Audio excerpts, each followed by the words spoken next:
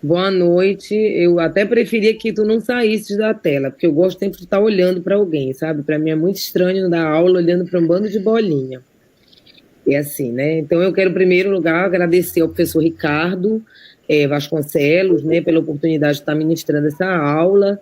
Eu acho importante destacar que esse é um projeto muito relevante, que é um projeto voltado para o Enem, quer dizer, para os alunos se prepararem para o vestibular, sobretudo os alunos, né, das escolas públicas. Então, eu acho que esse é um projeto, me perdoem aqui da tosse, que é um projeto muito importante, né, que vai ter uma preparação para que esses alunos possam, né, entrar nessa competitividade aí do Enem, e se aprofundar, não só, claro, em história, mas em todas as disciplinas. Então, eu agradeço a oportunidade, parabenizo pelo projeto, desejo boa noite a todos que estejam aqui na sala, nos ouvindo, os alunos que estão presentes, ao Emmanuel, né, que também é meu aluno lá de teoria, e está como monitor do professor Ricardo, e vamos lá, né? Eu confesso que eu estou um pouco nervosa, porque eu estou acostumada muito da aula presencial, né? Mas eu já estou aí há mais de um ano nessa labuta aí com a história da pandemia, dando essa aula à distância, né? Aula remota. Mas vamos lá. Nosso assunto, né, como colocou o professor Ricardo, é uma aula introdutória. Nós vamos falar de uma das maiores civilizações que a história da humanidade já teve, que foi a civilização da Grécia Antiga, ou os gregos antigos, né? Obviamente que o aluno pode chegar, se tiver o privilégio, né, qualquer um de nós de ir à Grécia, a Grécia continua lá. Mas não é dessa Grécia que nós estamos falando dos dias de hoje. Embora é lógico que essa Grécia de hoje seja herdeira direta desta grande civilização. Então, ela deixou ali um legado muito forte, não só para aquele local ali, mas para toda uma sociedade, para o mundo ocidental. Então, nós estamos diante de uma grande civilização que nós somos muito herdeiros, todos nós, seja na quantidade de inúmeras palavras do nosso vocabulário que nós herdamos dos gregos, isso é o mínimo que nós herdamos dele. Na verdade, na arquitetura, na escultura, né, na palavra democracia, né, tantas vezes usada de forma esvaziada, né, e demagógica, mas que nós herdamos deles, porque eles foram a primeira sociedade que se tem conhecimento, que instituiu a democracia, seja na questão do próprio pilar do pensamento ocidental, né, do logos, da razão. Então, a própria ciência moderna ela vai voltar aos gregos, né, para justamente buscar essa lógica, essa racionalidade da base filosófica de Aristóteles, né, de Sócrates, Platão, a tragédia grega, da poesia, da literatura, do teatro. Então, nós temos aí toda uma herança que esse povo do passado, né, essa civilização tão importante deixou para nós. Não é à toa que ele é tão cobrado no vestibular, porque nós somos muito herdeiros dessa... Nós, quando eu digo, não estou falando só de nós, Brasil, eu estou falando do mundo ocidental, que tem este pilar, né, como pilar aí, muito forte, essa herança grega. Então, nós estamos indo, na verdade, para essa Grécia do passado. Mas, como eu gosto sempre de dizer para os meus alunos, nada se forma do nada, né? O que a gente olha hoje, a gente diz, olha ali o Parthenon, né? Olha, quando o cara... Olha, por exemplo, você chega em Washington, você olha o prédio de Washington, está lá, né? Todo o Capitólio construído também, influenciado pela essa arquitetura grega. Então, deixou marcas aí, indeléveis na cultura ocidental de vários países, enfim, do mundo ocidental. Então, quando a gente fala disso, dizer, mas de onde é que vieram os gregos, né? Eu sempre gosto de dizer que a história precisa ser contada do começo, ou pelo menos eu entendendo o começo, não no sentido de uma data fixa, porque vocês sabem que quanto mais a gente volta para um passado longínquo, mais fica difícil a gente afirmar de forma estática uma coisa. Então, as datas, os períodos, tudo que a gente for trabalhar hoje, eles são, vamos dizer assim, eles são datas que são aproximações históricas dentro daquilo que os arqueólogos, antropólogos, historiadores que se dedicaram, né, ao estudo dessas sociedades, dessas civilizações, de povos do passado, que não existem, mas que deixaram seus vestígios, deixaram a sua herança. Então, é em cima disso que a gente vai contar um pouco essa história. É uma aula introdutória, porque a gente vai falar do começo, né? O começo no sentido dos povos formadores, da localização geográfica, só um instantinho, tá? Aí com o PowerPoint, né? Então, a gente vai começar mostrando, lógico, onde é que se localizava essa antiga civilização grega. O começo delas é ali, né? Península Balcânica, mas, na verdade, encontra ali uma área peninsular, insular, continental. Então, você vai ter a presença desses povos gregos até ali, né? Pelo o quê? Toda a questão do mar Mediterrâneo, Península Balcânica, Mar Egeu, a Península Itálica, né? Uma partezinha do que a gente chama hoje de Península Itálica, como você pode olhar aqui ou seja, vai pegar a Península Balcânica, mas vai pegar ali a Ásia Menor, uma parte onde está na Turquia hoje, né? Que também pertenceu, também foi, vamos dizer, também existiam cidades, estados gregas, como a gente vai ver. Mas antes, olha aqui o mapa ao lado, vocês vão ver, né? Vocês podem perceber ali que o mar Mediterrâneo conta muitas histórias, né? Então tá ali o mar Mediterrâneo, né, banhando, né? Olha ali a ilha de Creta, onde a gente vai falar um pouco sobre tudo isso. A cidade de Troia, não é? Ali, ó, na Ásia Menor, onde seria ali uma parte da Turquia. Temos Éfeso, Mileto, Halicarnasso, né, onde nasceu Heródoto, o primeiro considerado pai da história, né? Um grego ali que vai nascer muito depois ali naquela cidade. Né? Olímpia, onde os Jogos Olímpicos, né? Daí a gente vai falar das Olimpíadas, que também foi uma criação grega, que é uma herança também dos gregos que nós temos, tá? Então vocês estão tendo uma ideia, olha, Macedônia, Trácia, todo esse mundo ali que você está vendo, uma parte Europa, uma parte Ásia, foi um dia Grécia Antiga, civilização grega antiga. Pode mexer no PowerPoint, por favor. Aí você tem, ó, vamos dizer, de uma forma bem simplificada, dizendo onde é que se concentrou essa civilização do passado. No sul da Península Balcânica, né, região dos Balcãs, que a gente chama, nas ilhas do Mar Egeu e no litoral da Ásia Menor. Como está aparecendo aqui, ó, nesse mapa você pode olhar, olha, Ilha de Rhodes, Creta, Peloponeso, uma região dessa Península Balcânica, né, onde vai se desenvolver, por exemplo, a cidade de Esparta, como a gente vai ver numa próxima aula, né, ali, ó, tá vendo a Península Itálica? Lá onde está o amarelo, ó, você vai ter uma parte ali, ó, que é a Magna Grécia, ó, vamos ver pelo mapa, Grécia continental, onde está o verde, Grécia peninsular, ó, onde está ali, né, uma cor meio cinza, né, meio gelo, Grécia insular, as ilhas, e a Grécia asiática, onde hoje seria uma parte da Ásia ali, né, ali a Ásia Menor, onde, por exemplo, se desenvolveu a cidade de Troia, que a gente vai falar depois disso, da guerra com Troia, e a Grécia asiática e a Magna Grécia, ali onde é a parte o quê? Da Península Itálica, ali na botinha, ó, no sul da Península Itálica, também vão se formar colônias gregas no passado. Olha que mexer no PowerPoint.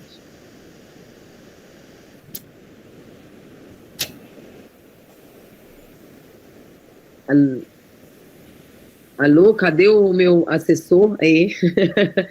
As condições geográficas. Eu gosto muito de dizer, quando eu assim, ministro uma aula, para o aluno ter a percepção daquilo que ele está vendo. Assim, é só você imaginar uma fotografia hoje da Grécia. Você vai ver que o relevo dele é todo quebradinho, né? Todo divididinho. Vou usar um português bem simples para entender. Então, você vê que aquele relevo, ele é marcado, como digo, olha, a Grécia, ela tinha parte península, parte continental, parte insular, né? Essa Grécia antiga que vai se formar ali, na verdade, chega uma parte ali no sul da Península Itálica, ela é ilha também, mas o seu relevo, né, aquele relevo dos Balcãs ali, por exemplo, é todo quebradinho, todo dividido. E essa geografia acidentada, marcada ali, né, ela tinha o solo pobre, como está dizendo, um relevo montanhoso, com litoral bastante entrecortado, um solo relativamente pobre, ou seja, tinham que se buscar alternativas, não é? Afinal de contas, como é que viviam esses povos?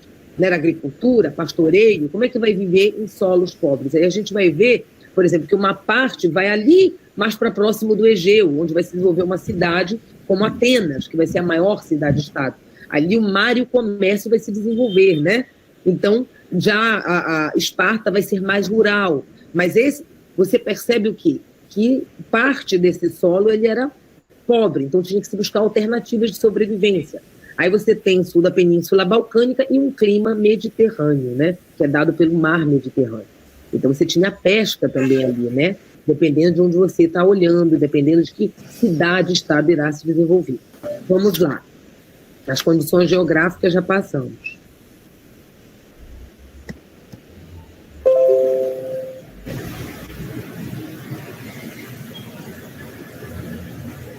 Voltou para o antigo.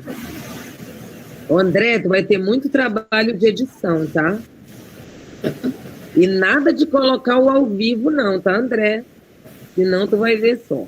Então, pronto. Aqui está explicitando melhor as condições geográficas e a vida dos gregos, né? Ok. Os gregos foram profundamente influenciados pelas condições geográficas da Grécia. Aí, o que esse pedaço está dizendo? Vou já ler ele aqui para vocês, mas aí eu aqui do lado vou explicar.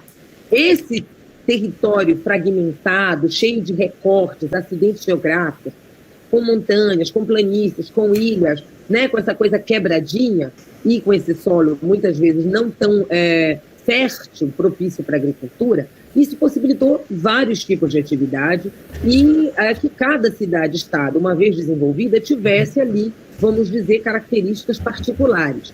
Mas é interessante mostrar que essas dificuldades também geraram dificuldades de comunicação. Então, isso sempre possibilitou que se formassem o quê?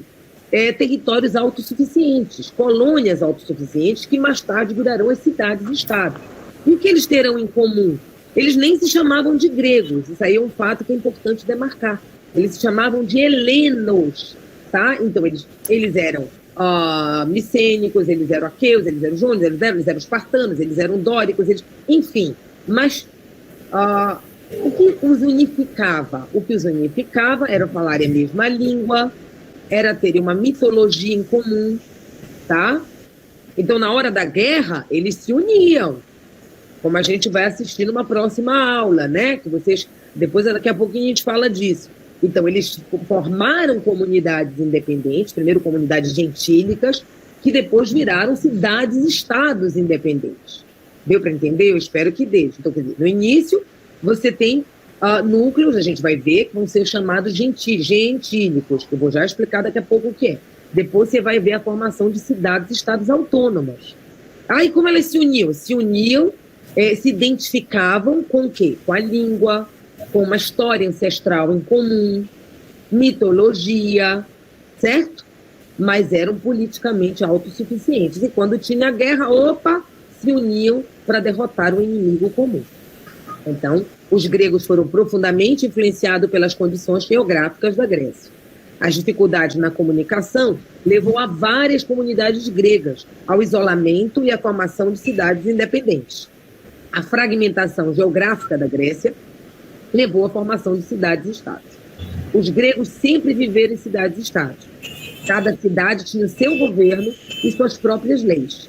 E o que unia, então, os gregos era a proximidade geográfica, claro, nenhuma cidade ficava tão distante assim de outras cidades, e a cultura. Os gregos falavam a mesma língua, acreditavam nos mesmos deuses, não é isso que a gente já falou? Pode passar. Formação das cidades-estado-polis, né? Isso tudo depois a gente vai explicar. Claro, não é da noite para o dia, tá? Mas a Grécia, ela localizava-se na Península Balcânica, como já dissemos, e é banhada no sul pelo Mar Mediterrâneo. As características geográficas marcaram a sua evolução, acabamos de falar. Era um terreno muito montanhoso, apresenta vales profundos e pequenas planícies, tá? E uma costa muito recortada por numerosos portos naturais. Justamente essas colônias próximas aos portos é que darão o quê? Um desenvolvimento do comércio muito forte, como vai acontecer com Atenas. É isso também que vai fazer com que depois o Império Persa fique de olho justamente nessas cidades que estão marítimas. Então, eles vão dominar várias cidades-estados e vão depois querer dominar Atenas, certo? E aí isso vai gerar as guerras greco-pérsicas, como a gente vai ver numa próxima aula, e não será hoje. Né? Então, é justamente o domínio. Por quê? Porque o Império Persa também quer essa entrada, que hoje a gente diria entre o mundo oriental e o ocidental, mas o mundo não era dividido dessa forma. Mas o fato é que estava lá, não é? A Turquia entre a Europa e a Ásia, ali o Estreito de Bósforo. Então, você queria o domínio ali do mar Mediterrâneo, do comércio. Então, isso vai fazer o Império Persa ir atrás, por exemplo, e dominar, porque os gregos perderam várias batalhas até ganhar a guerra finalmente, né? Então, nós vamos ver isso, mas não será hoje. Então, essas cidades mais comerciais, de todas elas, a que mais se destacou foi Atenas, né? Que surgiu ali na região da Ática, né? Que chama, né? Nessa parte da Grécia Antiga. O relevo montanhoso dificultava o contato, já falamos, entre as cidades, porque as populações começaram a se desenvolver isoladamente, formando cidades-estados ou as chamadas polis, né? Que em grego seria polis, cidades com governo, leis e exército próprios. Ok. Pode passar. Povoamento do povo grego, né? Aí nós vamos para os povos que deram origem. Aí, mas tudo isso, como eu disse no início da aula, nada começa pronto, certo? Antes de pensar em existir cidades e estados, existiram povos de origem indo-europeia, né? Que eu até anotei aqui para explicar o que são povos de origem indo-europeia para vocês, tá? Povos de origem indo-europeia são povos originados do que hoje seriam as regiões do Planalto iraniano ou das estepes da Ásia Central, tá? Que chegaram à Europa no final do período Neolítico. A língua falada por esses povos, o indo-europeu, é chamada por alguns estudiosos, entre aspas, de língua-mãe, pois ela deu origem a vários idiomas, entre eles o grego, o latim e o germânico. Então, esses povos de origem indo-europeia, eles não são povos autóctonos, eles não são lá da Grécia, eles vieram de outras partes e vão povoar estas diferentes áreas aí que a gente acabou de falar, Península Balcânica, até uma parte ali da Ásia Menor, não é? E até ali o sul da Península Itálica. Eles vão se espalhar por esse território que está aparecendo aí no mapa, ó, que pega uma parte da Europa e uma parte da Ásia. Tá vendo ali? Ó, a Península Balcânica aparece em rosa. Vamos por parte. Na parte marrom, nós temos os jônios. Eles vão se concentrar mais ali nessa parte marronzinha ali do mapa, né? Uma parte ainda banhada pelo mar Egeu e uma parte já na Ásia Menor. Aí nós temos, na cor rosa, o território dos eólios, não é isso? Já ali, ó, numa parte da Península Balcânica, tá vendo? Bem ali, ó. Território dos dórios, está fazendo muito barulho. Será que é o meu microfone? Eu acho que era bom desligar o microfone que está fazendo barulho. Não é o teu, Ricardo? Pronto. Então, o território dos eólios, a gente já viu ali, outro povo, que não é autóctone, ou seja, não era de origem ali, eles chegaram e se espalharam ali por essas partes aí. Território dos dórios, tá? Que nós vamos falar deles, extremamente violento, guerreiro, tá certo? Que está ali no verde, ó, onde eles vão se concentrar depois, e o território, não é, dos aqueus, ali na parte laranja, ok? Então, vamos lá. Ou dos micênicos, aqueus ou micênicos. Pode mexer no PowerPoint. Aí nós vamos falar, pronto. O povo grego, ou os helenos, como eles se chamavam, eles surgiram da mistura desses 4 povos, chamados povos indo-europeus. Aqueus, eólios, jônios e dórios. Primeira área a se desenvolver através da civilização cretense. Aí a gente já vai falar, isso aí é outra coisa. Antes de existir esses povos ali, não é? Aqueus, eólios, jônios, dórios, nós vamos falar de uma civilização que se formou na ilha de Creta, ali onde está o verdezinho, ó, aparecendo na seta. Então, por volta de 3.000 e pouco anos antes de Cristo, uma grande civilização se formou ali na ilha de Creta. Por que ela é importante para a história da Grécia? A gente vai já explicar que é a herança, o legado desta civilização, misturado, né, com os povos aqueus ou micênicos, vão formar uma civilização chamada creto-micênica, que é, sim, ancestral do povo grego. Vamos lá, continue, que a gente vai explicar melhor lá na frente. Povoamento da Grécia. Então, vamos a ele. Só um minuto aqui, por favor. Os gregos, eles não eram, como eu já falei, autóctones, ou seja, não são originários da própria Grécia. São de origem indo-europeia e começaram a chegar na região por volta de 2.000 anos antes de Cristo. Antes da chegada dos gregos, ou seja, desses diferentes povos, aqueus, jônios, eólios e dórios, antes da chegada deles, ali era habitado por pelasgos ou pelágios. Os primitivos gregos que ocuparam a região podem ser divididos em 4 grupos, como já falamos, aqueus, jônios, eólios e dórios. Mas, antes da chegada desses povos, já havia florescido nas ilhas do Mar Egeu uma civilização, a chamada civilização cretense ou minoica. Tá certo? Os aqueus são os primeiros povos, os primeiros gregos a chegarem. Eles assimilaram importantes elementos civilizatórios dos cretenses, como, por exemplo, a escrita, técnicas de construção, arte de navegação. Essa mistura ou fusão cultural deu origem a uma outra civilização chamada micênica ou cretomicênica, representada pelos centros urbanos por cidades que se formaram ali, como Micenas e Tirinto, na Península Grega. Os aqueus se espalharam por várias das regiões do que viria a se chamar o mundo grego. Mais tarde chegaram os jônios e os eólios, que se fixaram principalmente na região da Ática e na Ásia Menor. Né? Na Ática, temos um exemplo de Atenas, que vai se formar lá, não é? E na Ásia Menor. O último grupo a chegar foi os dórios, que acabou por se estabelecer na região dentro da Península Balcânica, chamada a região do Peloponeso.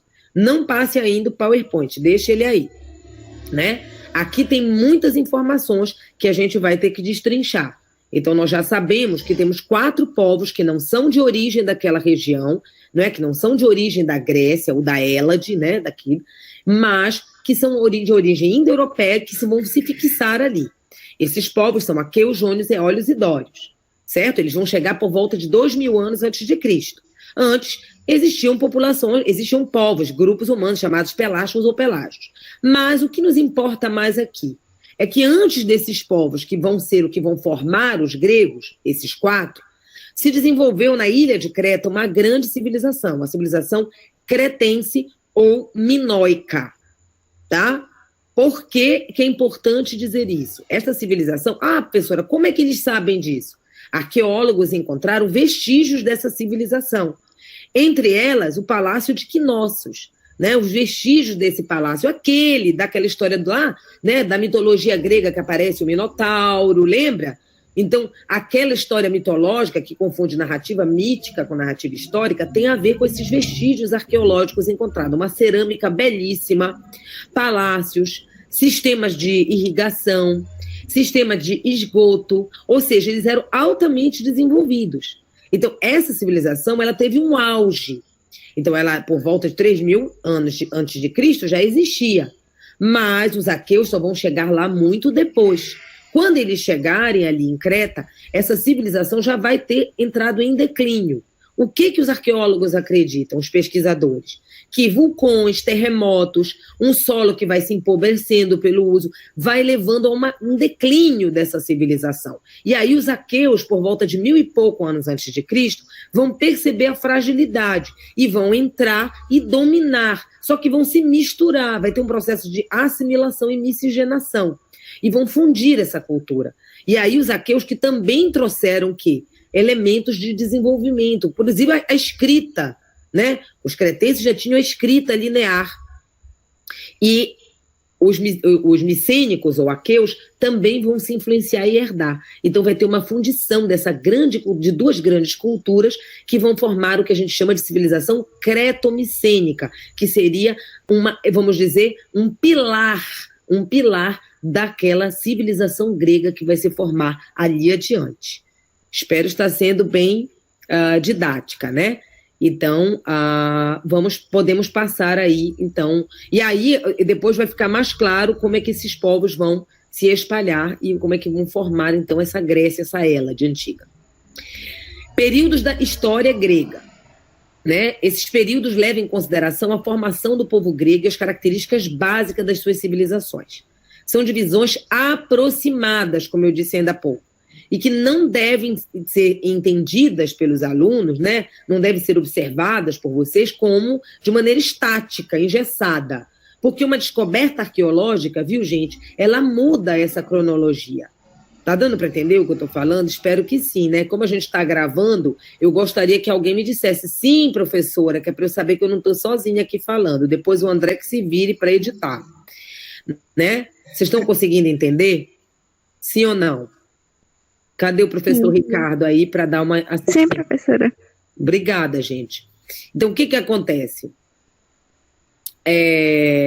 Vamos lá. Então, esse período cronológico, né, essa temporalidade da formação dessa Grécia Antiga, e inclusive essa temporalidade vai até depois, quando a Grécia deixa de ser a grande civilização, né, quando vai ter o declínio das cidades-estados gregas, que a gente já vai falar do período helenístico aí, toda essa cronologia, ela é uma cronologia que deve ser compreendida de forma relativa, tá?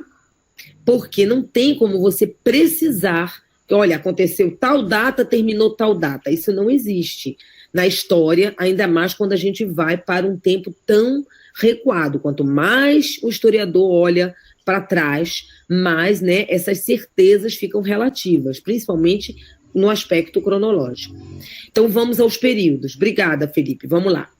Esses períodos levam em consideração a formação do povo grego, e a gente já disse, é uma periodização da história grega que tem que ser relativizada, não engessada. Então, ela é uma referência, sim, ela não é feita ao acaso, ela é a partir de uma série de descobertas arqueológicas, estudos muito profundos, né, que levaram à formação dessa periodização, mas não são engessados, não são estáticos. Então, o período pré-homérico, que vai de 2000 a 1100 anos antes de Cristo, ele justamente corresponde ao momento da formação do povo grego e nele se destaca a existência das civilizações minoica e micênica. Acabei de dizer, opa, vamos lá voltar? Estamos em 3.000 e pouco antes de Cristo e lá na ilha de Creta você já tem uma grande civilização. Em algum momento, não é? A partir de um período, 2000 a 1000 e pouco, começa a declinar esta civilização cretense. Aí os aqueus, também chamados de micênicos, vão dominar ali esses cretenses, mas vão assimilar parte da sua herança cultural e que foi muito importante, porque eles eram altamente desenvolvidos.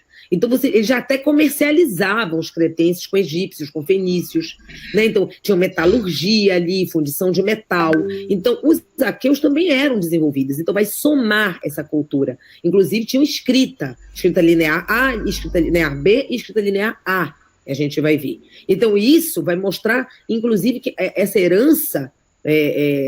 então, você tem a civilização cretense, que declina, aí você tem os aqueus que dominam ali, mas que vão herdar parte dessa cultura e vão formar uma civilização creto-micênica.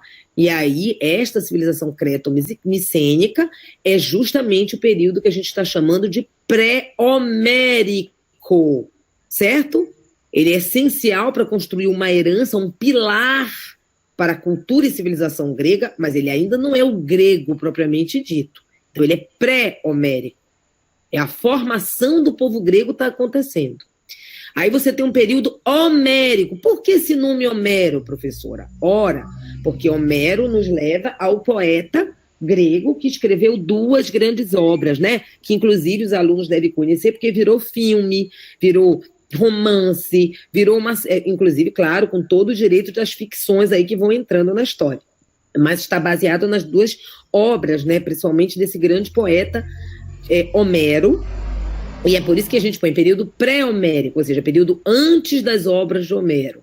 Período homérico, quando ele supostamente escreveu as 2 grandes obras, Ilíada, que vai retratar a Guerra de Troia, isso mesmo, aquela cidade ali na Ásia Menor. Aí eu vou contar um fato interessante. Toda essa narrativa é contada pelos gregos de forma mítica e histórica. Então, a narrativa mítica e histórica se confundem. Então, parte desse que é contado tem um legado aí dessa mitologia, né? Que conta os mitos de origem desse povo. Então, na Guerra de Troia é aquela que fala, lembra? Da disputa entre troianos e gregos, né? E que tem como, vamos dizer, como start, né? Como é que eu diria? O início da guerra, o que leva seria o rapto da mulher mais linda do mundo, a Helena, né, na história lá da Ilíada, contada por Homero. e que, né, isso vai gerar uma guerra, mas na verdade, o que acontece?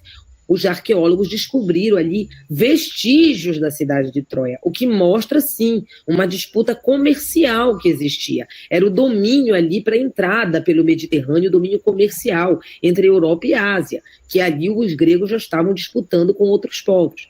Né? Então você vai ter direito aí a vários, mas vou destacar duas figuras mitológicas importantes, não é?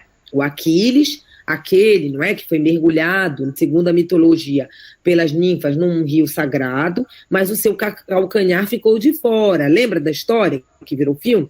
E aí no cinema até a última versão é feita pelo Aquiles, é o Brad Pitt, né? E aí ele não é imortal, ele é o homem mais forte do mundo, o guerreiro mais forte do mundo, mas não é imortal porque o seu calcanhar é o seu ponto frágil. Daí a gente usar uma metáfora, né? Que vem daí. Olha, fulano é poderoso, mas todo mundo tem o seu calcanhar de Aquiles. Né? E temos a outra grande obra contada, eu não vou entrar aqui nos detalhes da obra, mas, que é maravilhosa, temos Odisseia, que vem do grego, chama-se Ulisses, né? Que é a trajetória do Ulisses, o outro grande guerreiro. Então, quando a guerra de Troia já está perdida para os gregos, não é isso? Porque a cidade de Troia tinha cercas, né, muralhas muito altas, e os gregos não conseguiam transpor. Então, quando a coisa já estava perdida, não é isso? Aí vem a deusa mais importante do Olimpo, nascida da cabeça do deus que era o mais poderoso, Zeus, né? Que é Atenas, Palas Atenas, daí o nome da cidade Atenas, em sua homenagem, teria dado a ideia, né, para Ulisses, aquele guerreiro que não era tão forte, mas era o mais inteligente, o mais sagaz, de construir o chamado cavalo de Troia. Então, olha, vamos lá, vamos dizer que a gente se rende, mas nós vamos, então, fazer um cavalo. Está aqui o presente, que era um cavalo imenso, e lá dentro foi escondido o exército grego. Então, quando os troianos estavam curtindo a farra, né, bebendo, comemorando, os gregos, então, conseguiram transpor as muralhas, e aí pegaram de supetão os troianos e destruíram Troia e conseguiram dominar os troianos. Então, também uma expressão que vem vamos dizer, dessa narrativa mítica, que se confunde com a narrativa histórica, contada por Homero, né? Que é o quê? O famoso presente de grego, né? Quando alguém dá um presente para a gente que é tão ruim que diz, poxa, isso não é um presente, isso é um presente de grego. E a expressão cavalo de Troia está sendo usada direto, não é? Nesse universo aí da internet, dos cyber, né? O cavalo de Troia é aquele que entra para destruir, para levar um vírus, né? Para você ver como o legado grego, não é? Ele ultrapassa aí o tempo e o espaço. Então, o período pré-homérico, eu acho que ficou claro, né, que é o período da civilização, desse encontro da civilização minoica com a civilização micênica, não é, que deixa essa formação, esse legado cultural para os gregos.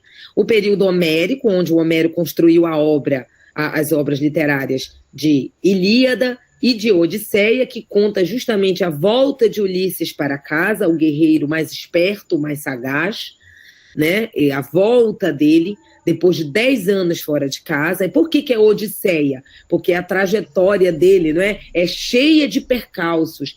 São monstros, ciclopes, né? Aqueles gigantes com o olho aqui na testa, sereias com seu canto, não é? Que levava os marinheiros a morrerem, a se jogarem ao mar.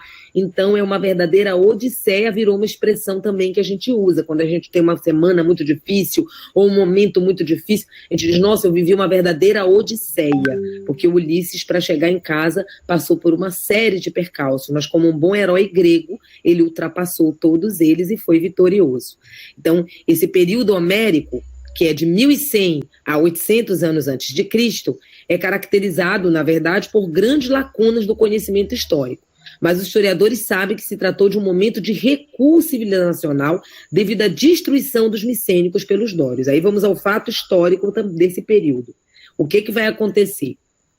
Então você tem uma grande civilização formada, creto-micênica, mas por volta de 1100 a 800 anos antes de Cristo, quando Homero escreve Ilíada e Odisseia, na verdade você tem um recuo civilizacional. Por quê? Porque os dórios, um povo altamente guerreiro, altamente violento, teria invadido e dominado. Então ele vai causar o que a gente chama da primeira diáspora grega, traduzindo para os alunos diáspora, uma dispersão, ou seja, uma expulsão forçada de um povo. Então, o que vai acontecer é que ele vai retroagir essa cultura, vai destruir as cidades, tá, palácios. Então, eles foram considerados um recuo civilizacional, porque os dórios vão invadir aonde várias cidades micênicas, né, dos aqueus, essas cidades altamente desenvolvidas, então vai ter um recuo. Tá dando para entender aí? Eu estou sendo clara? E aí você vem no período arcaico, 800 a 500 anos antes de Cristo, né? Fase na qual surgiu a polis, ou traduzindo, a cidade-estado. O que vai acontecer? Os dórios vieram, invadiram, acabaram, teve um recuo civilizacional no sentido que aquela urbanização e aquele desenvolvimento tecnológico sofreu um recuo, mas esses povos, dórios, eólios, jônios, aqueus principalmente, se espalham por aquela região, todo aquele território que a gente já viu, que pega a Península Balcânica, parte da Ásia Menor, Mar Mediterrâneo, Mar Egeu, por ali. Então, o que vai acontecer? Eles vão se espalhar. E no período arcaico, onde você tem mais dados históricos, né, mais dados arqueológicos foram descobertos ali, mais vestígios, entre 800 a 500 a.C., você tem a formação da polis, que foi, claro, como a gente já disse no início da aula, provocado por quê? A gente vai depois detalhar. Um dos fatores é a própria geografia, o próprio relevo, todo entrecortado, que acabou provocando esse isolamento, né? Essa autossuficiência, essa coisa, vamos dizer, que não tem um único império, não formou, você não tem uma Grécia, uma Hélade como império, você tem várias cidades, estados autônomos. Então é nesse período arcaico que vai ter a formação das chamadas cidades-estados gregas. A cultura grega expandiu-se, então, pelo Mediterrâneo, por conta, então, de várias colônias que vão se formar, para além ali de Creta, para além da Península Balcânica, para além ali da Ásia Menor, nós temos também a Magna Grécia, que vai se formar ali, aonde é ali no sul da Itália, sul da Península Itálica, por conta da colonização e avanços significativos, como a invenção do alfabeto, fonético. Como assim invenção do alfabeto fonético? Não é? A gente sabe que o primeiro povo, quer dizer, não sei se vocês sabem, mas o primeiro povo que inventou o alfabeto fonético foram os fenícios. E os gregos herdaram, né, uma parte desse alfabeto fonético desse povo, porque ele se espalhou por ali, por essa região, mas eles incorporaram as vogais. Então, o alfabeto fonético grego vai ser mais evoluído, mais modernizado, mais desenvolvido aí, inclusive nesse período arcaico. Tá? Acredita-se, claro, que a invenção do alfabeto fonético tem tudo a ver com o desenvolvimento do comércio, primeiro pelos fenícios, porque era preciso uma linguagem, né? O que é um alfabeto fonético? É quando a fala, né, a escrita, imita os sons daquilo que a gente fala, do idioma falado. Tá ok? Então isso tudo vai acontecer no período arcaico. O período clássico é o auge das cidades-estados. Tá? Que ocorre entre 500 a 338 a.C. Corresponde ao auge da civilização grega, sobretudo pelo grande avanço na arte, na cultura que as cidades gregas alcançam, algumas mais que as outras, né? É claro, duas grandes guerras vão acontecer na Grécia. Então, vamos parar só um pouquinho aqui para pensar. Quais são as cidades-estados gregas mais importantes, que ficaram mais conhecidas para a história? Existiram grandes cidades-estados gregas, Corinto, Micenas, Tebas, tá? Várias, mas as que ficaram mais conhecidas, até porque deixaram, né, um legado, principalmente Atenas, que deixou um legado. É impossível não pensar na Grécia Antiga, né? A pessoa viaja para a Grécia, vai olhar lá todo aquele legado grego que foi principalmente Atenas que trouxe. Por quê? Porque vai ser lá que vai se desenvolver a democracia, vai ser lá que vai se desenvolver a filosofia, o teatro, né? Então, toda a urbanização mais forte. Tinham outras cidades extremamente urbanas na Grécia, mas Atenas vai ser o espelho maior, porque ela acaba, pela guerra entre os persas e ela, enriquecendo muito. E com isso, ela pôde fazer todo um projeto de transformação urbana, política, né? Inclusive com a construção da própria criação, então, de um regime democrático, que não é o objeto da nossa aula hoje, tá ok? Então, o período clássico é o auge, né? E Esparta, apesar de não ter essa urbanização e ter outras características, ela se torna fortíssima, porque ela traz consigo um maior desenvolvimento militar, né? Sabe que os espartanos eram verdadeiras máquinas de guerra. E isso foi importantíssimo, inclusive, porque isso vai levar a guerras ali. Primeiro, guerras greco-pérsicas, onde os espartanos ajudarão os atenienses a vencer, e depois vai se formar a Liga de Delos e a Liga do Peloponeso. Liga de Delos são em dezenas de cidades e estados gregas em torno de Atenas, pagando os impostos e enriquecendo cada vez mais e tornando Atenas o maior império ultramarino do Mediterrâneo, do mundo ali então conhecido. E Esparta não vai gostar e vai reagir formando a Liga do Peloponeso. E acabam então essas cidades-estados entrando em guerra, são décadas de guerra, o que vai levar ao declínio com o passar do tempo das próprias cidades-estados gregas, o que vai torná-las frágeis e vulneráveis para serem invadidas e dominadas por um povo próximo, inclusive de forma mitológica.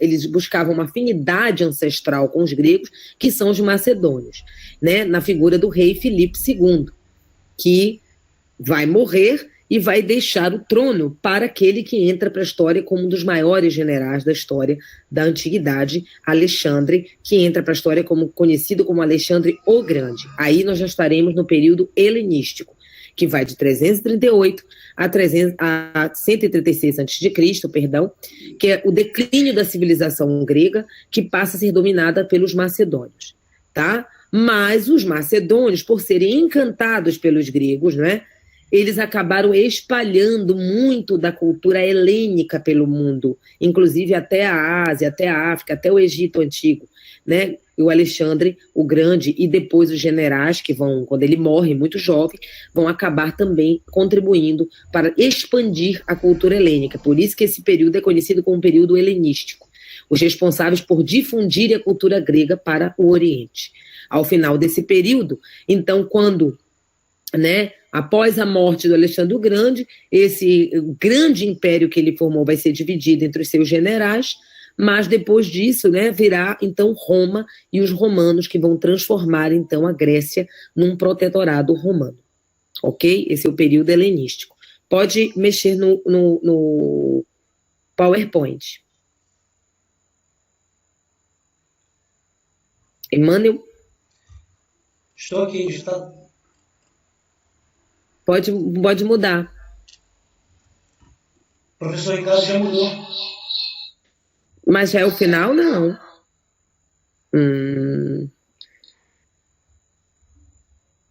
Bem, aqui a gente está explicando, ó, de forma mais detalhada, né, botando cada pedacinho que a gente acabou de explicar. O período homérico corresponde ao segundo período de desenvolvimento da civilização grega, que ocorre após o período pré-homérico, entre os anos de 1150 a.C. e 800 a.C. O nome dado a esta fase está relacionado com o poeta grego Homero, autor dos poemas épicos A Ilíada e Odisseia, como eu já expliquei. Pode continuar. Agora a gente vai só características do período homérico. Aí sim vamos pegar, né? Vamos falar o que a gente já falou, mas vamos realçar, vamos destacar mais. Com a invasão dos povos dórios nas regiões gregas, a sociedade da época sofreu, no período anterior, a diáspora grega, dispersão de diversos povos, visto a maneira violenta que eles tomaram e destruíram diversas cidades da Hélade grega. Isso eu já falei para vocês. Então, quando os dórios chegam, eles chegam de forma violenta e acaba, então, esse período sendo conhecido como um recuo civilizacional, um retrocesso, porque eles destroem cidades, inúmeras cidades altamente desenvolvidas, que tinham sido desenvolvidas por esse período, né, que tem essa civilização creto-micênica, que foi justamente que surgiu da fundição da herança cretense com essa mistura com os aqueus. Então, quando os dórios chegam, eles chegam destruindo tudo e provocando o que a gente chama de uma diáspora, ou seja, a dispersão desses povos. Então, eles se espalham por várias regiões ali, entre a Península Balcânica e pegando aquela parte ali da Ásia Menor ao sul da Península Itálica. Vamos lá. Após esse evento, que pôs fim ao período anterior, o chamado pré-homérico, a sociedade grega passou por uma fase de reestruturação, que tem então início com o período homérico. Aí, assim, diversas colônias gregas são fundadas e vão surgir então os gêneros, quer dizer, houve um retrocesso, então vamos reorganizar. E aí começa a se reorganizar em colônias. Colônias essas espalhadas até ali no sul da Península Itálica. E essas colônias, então, ao se reorganizarem, vão basear a sua organização no que a gente chama de um sistema gentílico. Quer dizer, não terão mais aquelas cidades lá, né, a herança cretomicênica, não. Agora são bem, inclusive, rurais, né? Elas formam, então, em torno de terras, eles vão procurar terras férteis. Então, essas vão ser genes, tanto que a gente usa a palavra genética, não usa até hoje, olha a palavra do grego. Genética é justamente o quê? O exame do DNA, olha a genética, a questão genética, né? A questão da herança familiar genética, ou seja, tem a ver aí com esse vocabulário grego, quer dizer, gene significa família. Então, essas famílias vão se formar, vão se constituir em torno de um patriarca, de um pater, né, de um homem, eram sociedades patriarcais. Então, as ligações serão consanguíneas e formarão, então, buscando terras ali e produzir nessas diferentes colônias aí espalhadas por essas partes que a gente já citou. Então, após esse evento, né, depois que os dórios causaram a diáspora, vem uma reorganização. E essa reestruturação vai ocorrer no período homérico e vão se formar colônias gregas, que vão ser fundadas e surge, então, o chamado genos, um tipo de organização social familiar, desenvolvido a partir desse período aqui, período homérico. Em outras palavras, essa fase, volta um pouquinho, você pulou, você volta um pouco. Em outras palavras, essa fase marcou a substituição da cultura micênica, aquela altamente desenvolvida, por uma cultura de relações familiares em torno da figura do pater, como a gente vai ver, pela, então, uma linhagem consanguínea, né, parentesco, pela gentílica, dos genos. Né? Esses grupos, esses núcleos, vão chamar genos. Pode passar. As principais características dos genos eram um sistema fechado, autônomo, então são colônias autônomas, e autossuficientes. Então, os genos existiam independência econômica em relação aos outros, de forma que o trabalho coletivo era realizado pelos membros da mesma família. Eles eram comandados pelo pater, o chefe e a autoridade máxima dessas organizações gentílicas, que possuía autoridade política, militar e religiosa. Assim, os genos eram sociedades patriarcais, cujos membros compartilhavam de laços consanguíneos. Nos genos, os bens eram comuns a todos os habitantes, ou seja, ele era baseado numa sociedade igualitária, mas eu vou colocar um aspa aí, né? Ali entre os seus genos iguais, mas depois a gente vai ver que esses genos vão disputar entre si pelo controle de terras mais férteis. Mas ok, eram baseados numa sociedade igualitária, onde seus membros, os gens, cultivavam as terras juntos, criavam animais para o sustento de todos, ou seja, é uma sociedade agropastoril, né? Principalmente pastoreio ali, né? A cultura, então, de pescar juntos, são colônias ali baseadas em laços consanguíneos, em torno, então, são autossuficientes, independentes, em torno de um pater, né? De um patriarca em comum, tá ok? Então, ele está dizendo que é um sistema igualitário. Acontece que esses genos, né, eles vão se desenvolver, vai ter um crescimento populacional, então aquela população vai começar a ter que passar, entre aspas, fome, porque não tem terra fértil para alimentar todo mundo. E aí esses genos, uma vez constituídos, eles vão querer o quê? Disputar pelas terras mais férteis.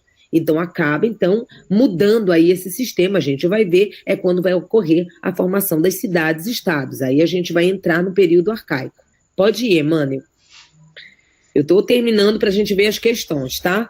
Porque eu tenho horário para terminar e eu falo muito, tá? André, tu vai cortando. A decadência do sistema gentílico.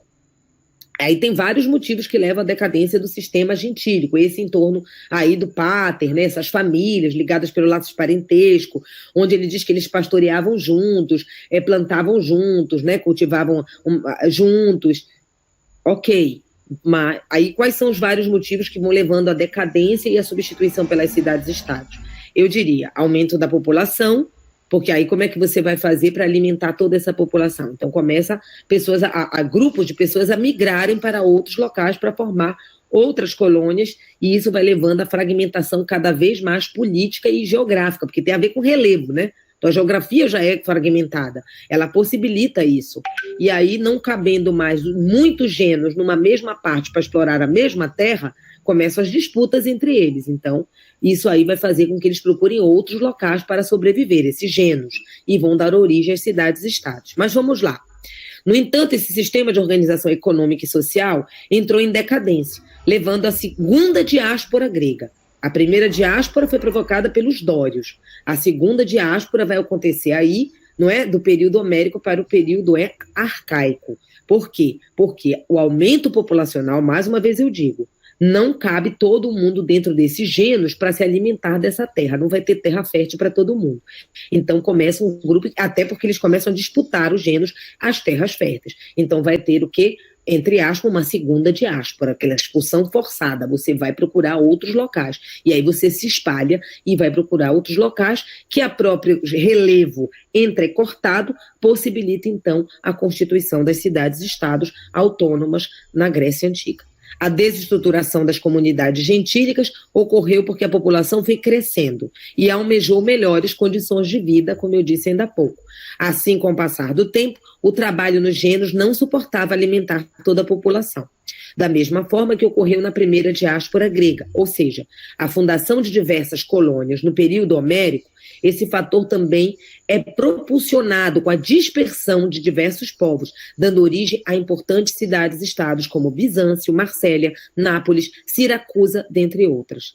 Além disso, a decadência dos genos possibilitou uma fragmentação social e econômica, tendo em conta a proximidade com os chefes dessas organizações, que, por fim, levou a uma nova estrutura social dividida, então, em eupátridas, os chamados bem-nascidos, entenda, a gente vai já falar para terminar isso, os georgóis, aqueles agricultores, e os tetas, os marginais. Surgem, portanto, as classes sociais e a propriedade privada da terra na Grécia Antiga, pondo fim ao período homérico e dando início ao período arcaico. Ou seja, no momento em que não tem como alimentar todo mundo dos gêneros, os gêneros começam a disputar pelas terras férteis. Aí você começa um segundo processo de diáspora. E aí você começa a formar cidades-estados autônomas, né? Assim como aconteceu na primeira diáspora, que deu origem a colônias gentílicas, agora você vai dar origem a cidades-estados baseadas em divisões de classe. Porque vai acontecer dentro daquela sociedade mesma, aqueles gêneros não vão poder, não é? Então vai haver o quê? Aqueles que vão concentrar os poderes que estão em torno da terra. Tanto que toda a estrutura dessa sociedade vai passar a ser de casta ou classe social, e a terra, o ser proprietário de terra, é que faz toda a diferença para quem é da elite, ou dessa oligarquia, ou dessa aristocracia, e para quem são os excluídos. Os eupátridas, como serão em Atenas, primeiramente, são chamados, entre aspas, bem-nascidos, né? Então, eram os donos das terras mais férteis. Os georgóis são aqueles que vão trabalhar, né? São os pequenos proprietários, os camponeses e etc. E os tetas são aqueles que vão ser totalmente marginalizados. Aí a gente vai ver aqueles que são, vamos dizer, excluídos. Mas isso aí eu não vou entrar em detalhes, porque Esparta e Atenas têm diferenças. Isso é apenas uma divisão mais geral de como vão ser as cidades-estados no seu sentido geral. Porque vai ter diferença entre Esparta e Atenas. Surgem, portanto, como eu disse, as cidades-estados na Grécia, né? Algumas são até citadas logo aqui de cara: Bizâncio, Marsella, Nápoles, Siracusa, etc. Tá? Então, vamos ter o fim do período homérico e o início do período arcaico. Vamos lá, Emmanuel, por favor. Professora, 5 minutos. Tá, vamos pegar só a parte finalzinha aqui, vou ser mais rápida nessa parte final, por favor. Tá? Já são as questões? É? E não sei, eu acho que sim. Como não sabe se tu tá com a ordem do negócio? É o professor Ricardo. Sim, professora. É porque terminou aqui o sistema gentílico, né? Sim. Aí, na próxima aula, você vai pegar... Aí, o que eu quero dizer, para finalizar, então, para a gente não perder, é que depois desse período arcaico virá o período do auge das cidades-estados. Mas a gente não vai trabalhar isso agora. Então, vamos para as questões em relação ao que a gente abordou de uma forma mais profunda na aula introdutória, que é a formação, localização e os períodos históricos dessa antiga civilização grega. Então, questões propostas, né? Aí a questão 1 diz: na Grécia, o período homérico tem como característica importante, aí o aluno já de olho, já de ouvido na aula atenta, depois de ler o texto ou ler o livro, ele vai responder. Qual era a característica predominante, então, do período homérico, que a gente acabou de ver? A implantação do sistema democrático? Não pode ser, porque ainda não existia a democracia, né? Ela vai ser fundada lá em Atenas. E cidades-estados? Não é isso? Porque não tinha cidade-estado no período homérico, só no período arcaico. B, o avanço da influência helenística na região do Oriente Próximo? Não, isso não vai acontecer, só vai acontecer no período helenístico lá com os macedônios. o predomínio de uma economia agrária e de uma sociedade de caráter patriarcal. Nós vimos que é justamente no período homérico que vão se formar as comunidades gentílicas, que eram justamente sociedades agrárias e que tinham um patriarca, né? Um pater. Então, só podia ser essa questão. Vamos para a segunda.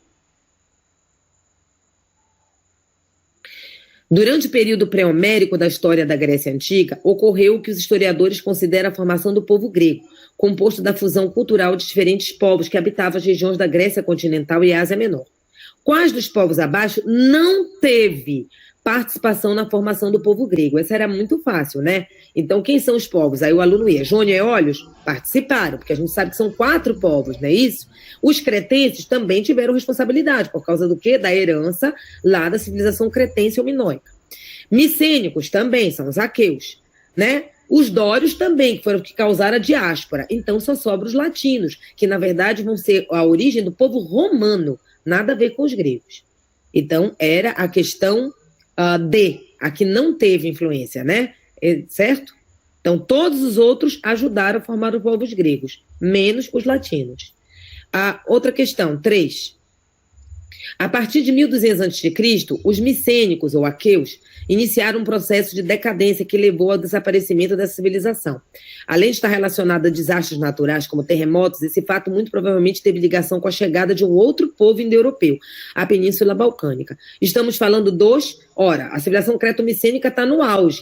Também vão acontecer desastres naturais, como vulcões, terremotos, mas um povo foi decisivo para causar a primeira diáspora e acabar. Como é o nome desse povo que formou os gregos, que causou um retrocesso cultural e a primeira diáspora? Dórios. Alternativa B de bola. Eu estou sendo rápida, tá? Na próxima vez que eu der a aula, eu vou conseguir fazer um cronograma melhor para trabalhar melhor as questões.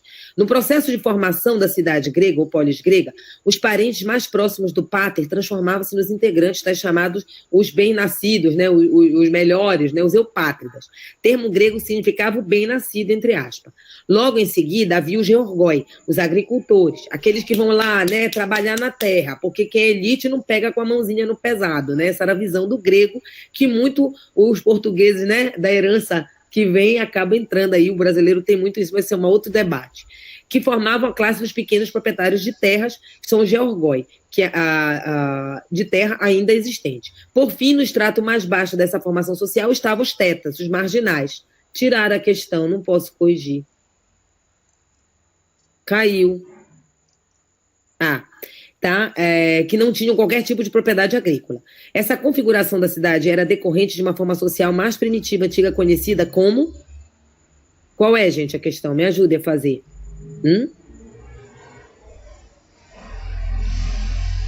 Hein, gente? Qual é a questão aí? Olha, ficou até... Espera aí só um minuto que está dando uma falha aqui também para mim. Viu, gente?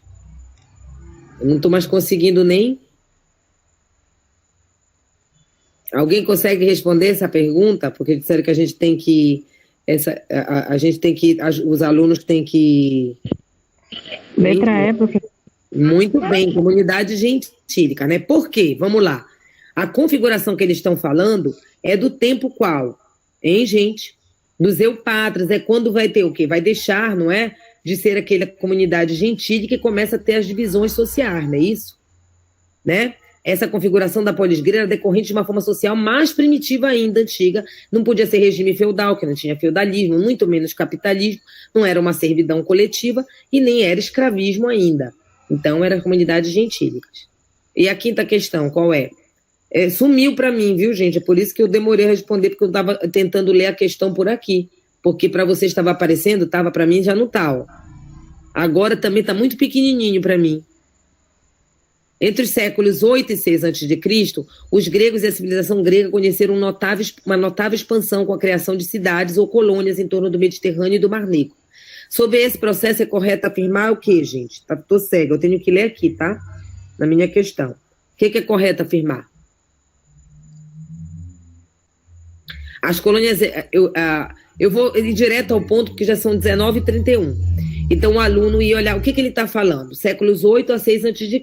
Aí o aluno vai lá naquele período cronológico que a gente viu. Os gregos e a civilização grega conhecem uma notável expansão. Eles se expandiram, com a criação de cidades ou colônias em torno do Mediterrâneo.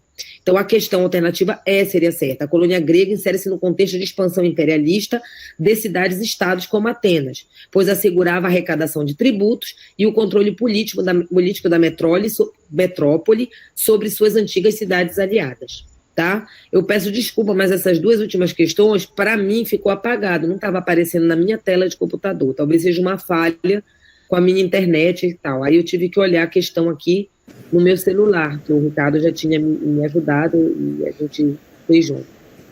Talvez na hora de montar o material terá esse problema, mas... Não é, eu acho que é um problema da minha conexão.